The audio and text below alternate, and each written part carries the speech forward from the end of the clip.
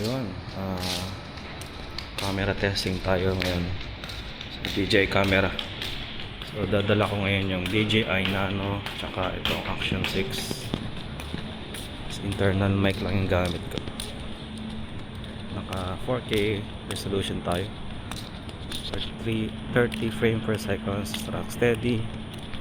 Aperture natin sa DJI is 2.8 ata ang aperture nito. So ganoon din sa kabila sa Action 6. Pinarehas ko sila para makita niyo yung pagkakaiba. Internal mic ang gamit ko. Tapos naka standard day warp lang tayo.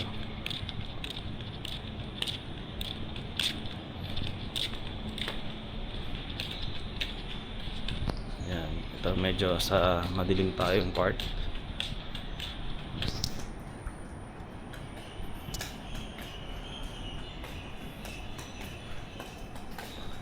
Makita nyo kakaiba.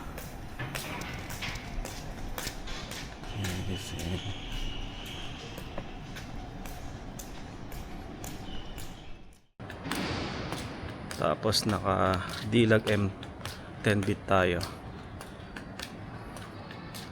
So ngayon medyo hindi ko pa napapansin yung pagkakaiba dito sa live view nila, pero mamaya makikita ko kung gaano kalinaw to.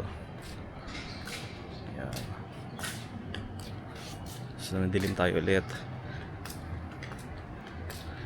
pero nararamdaman ko mas malinaw ng konti itong Action 6 kaysa dito sa DJI Nano.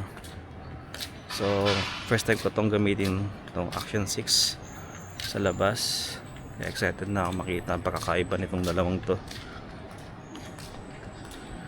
Ayan o, sakit na tayo. Ito tayo sa mga green. Internal mic lang gamit ko dito eh. Ayan. Easy. Sa actual naman, pag ginawa ka mo itong dalawa, medyo nakakaya itong gamitin itong Action 6 kasi medyo halata sa mga tao. Pero kapag itong Nano, komportable gamitin. Kahit yung camera lang dalhin mo, yung maliit, pinaka-camera, mas okay siya. Hindi siya halata gamitin sa public. Itong Action 6 medyo sasanayin ko pa. Kasi mayayain nga ako sa labas pag nagbo-vlog, may natingin para akong sira ulo. Pero dito sa DJI Nano, ang dali niyang gamitin kasi pwede mo siyang hawakan na sa kamay mo, tapos pwede mong maitago sa palad mo na walang makakita. Itong Action 6 kasi medyo malaki. Ito wala man akong gamit na tripod, kamay ko lang. Tapos ayan, pag nagre-record mas mabilis mag-start tong Action 6. So punta tayo sa kabilang ibayo.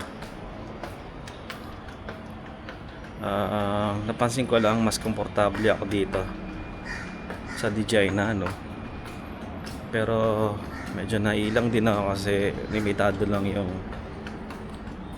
memory card nya tsaka yung battery. Bis malobat tong DJI Nano. Itong Action 6 medyo okay, matagal ang battery. Kahit na mag-init hindi siya nag-shutdown.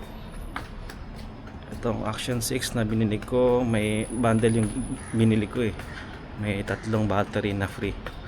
So 4 hours siya per battery, depende sa resolution na gagamitin mo.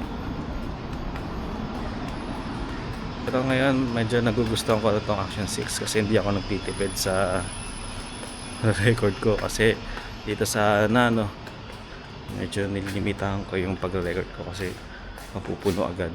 Dito tayo sa medyo madilim, kaya ayun, makapag-create tayo ng mas mahabang video kaysa dito sa DJI Nano. Ayan, dito ulit sa medyo madilim. Kaya nagustuhan ko sa DJI. Ang ganda ng video quality tsaka image quality, napakalinaw yung color science niya. Actually nakagamit na ako ng Go Ultra eh. Masabi ko lang sobrang layo ng video quality niya compared dito sa DJI na ano. Syempre may dilag to itong camera, tapos 10 bit pa. Kaya ayun, kontrolado ko yung kulay na gusto ko mangyari dito sa video na to. Kaya nga kahit di ko na nga i-edit tong video na to eh, straightforward na to sa YouTube. Maganda na yung resulta.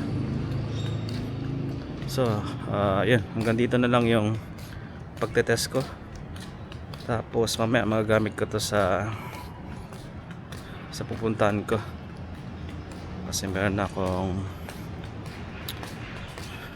barber session pala sa NY Studio. Ayan, bye bye.